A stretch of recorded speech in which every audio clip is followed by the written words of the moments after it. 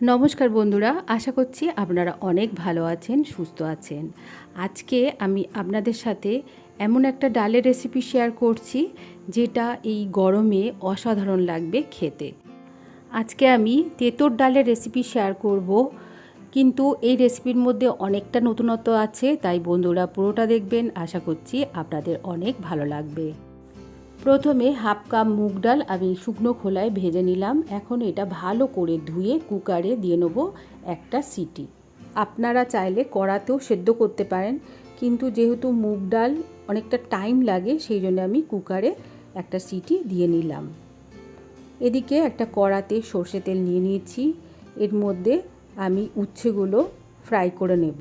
উচ্ছেগুলো আমি ভেতরের বীজগুলো বাদ দিয়ে দিয়েছি। উচ্ছেগুলো একটু কড়া করেই ভেজে নেব। এখন আমার গ্যাসের ফ্লেমটা মিডিয়ামে রয়েছে। সামান্য নুন দিয়ে উচ্ছেগুলো লালচে লালচে করে ভেজে নেব। রেসিপিগুলো আপনাদের কেমন লাগছে আমাকে অবশ্যই একটা কমেন্ট করে জানাবেন। ভালো লাগলে লাইক করবেন, শেয়ার করবেন আর সাবস্ক্রাইব করে আমার পাশে থাকবেন।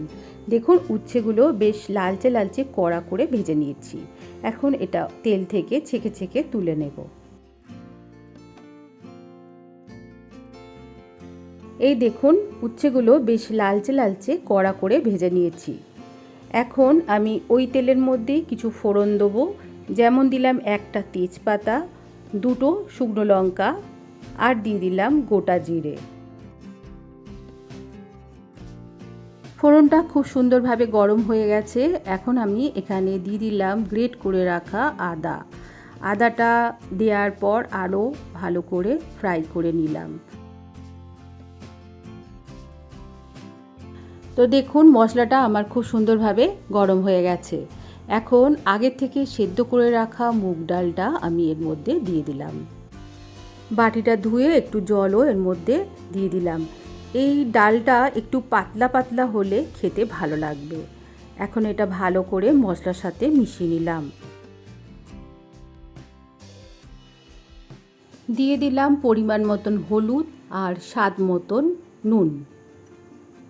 নুন দেওয়ার পর আবার ভালো করে মিশিয়ে নিলাম।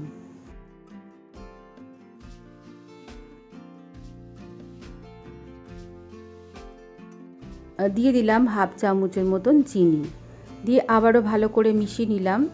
এই রেসিপিটা খেতে খুব সুন্দর হয়, আর তেঁতোর ডাল বলে যে খুব তেঁতো হয় সেরকমও না। বাচ্চারাও কিন্তু এই ডালটা ভালোই পছন্দ করবে। আপনারা অবশ্যই একবার ট্রাই করে দেখতে পারেন।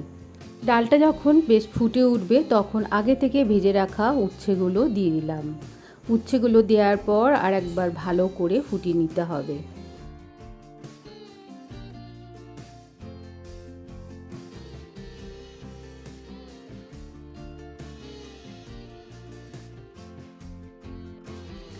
এখন একটা পাত্রে নিয়ে নিলাম বড় চামচের 1 চামচ ঘি আর দিয়ে দিলাম একটা শুকনো লঙ্কা।